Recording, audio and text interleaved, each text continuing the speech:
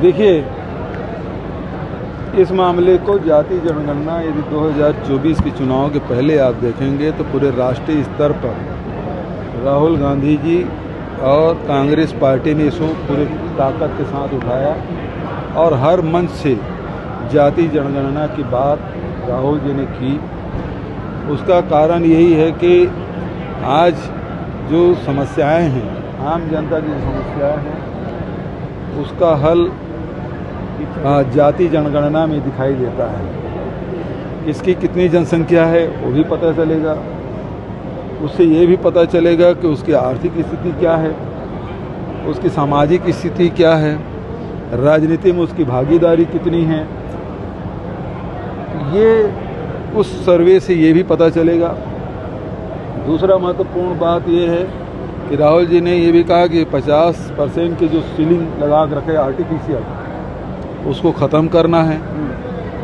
तीसरी बात ये है कि निजी संस्थाओं में भी, जो शैक्षणिक संस्थाएं हैं, उसमें भी ST SC OBC को आरक्षण मिलना चाहिए। और जो सबसे बड़ी बात ये है, इस गणना में जो फॉर्मेट बनेगा उसमें उल्लेख होना चाहिए कि हमारे इस जाति जनगणना में ST SC OBC के लोग कितने कॉर्पोरेट सेक्टर में हैं, कितने शासकीय संस्थानों में। केवल तृतीय चतुर्थ श्रेणी की बात नहीं कर रहा हूँ मैं। आप यदि गीगा वर्कर को देखें, मजदूर को देखेंगे तो ST SC OBC मिल जाएंगे, लेकिन कितने कलेक्टर हैं, कितने IAS हैं, कितने IPS हैं, कितने जो नीति निर्धारक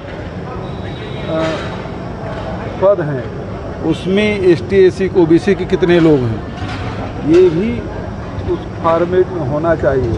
और सबसे बड़ी बात ये है कि इसको शुरू कब से कर रहे हैं, इसको लागू कब से कर रहे हैं। जो मोदी जी ये कहते थे हिंदुस्तान में केवल 4 जातियां हैं, आज राहुल जी के अभियान चलाने के कारण से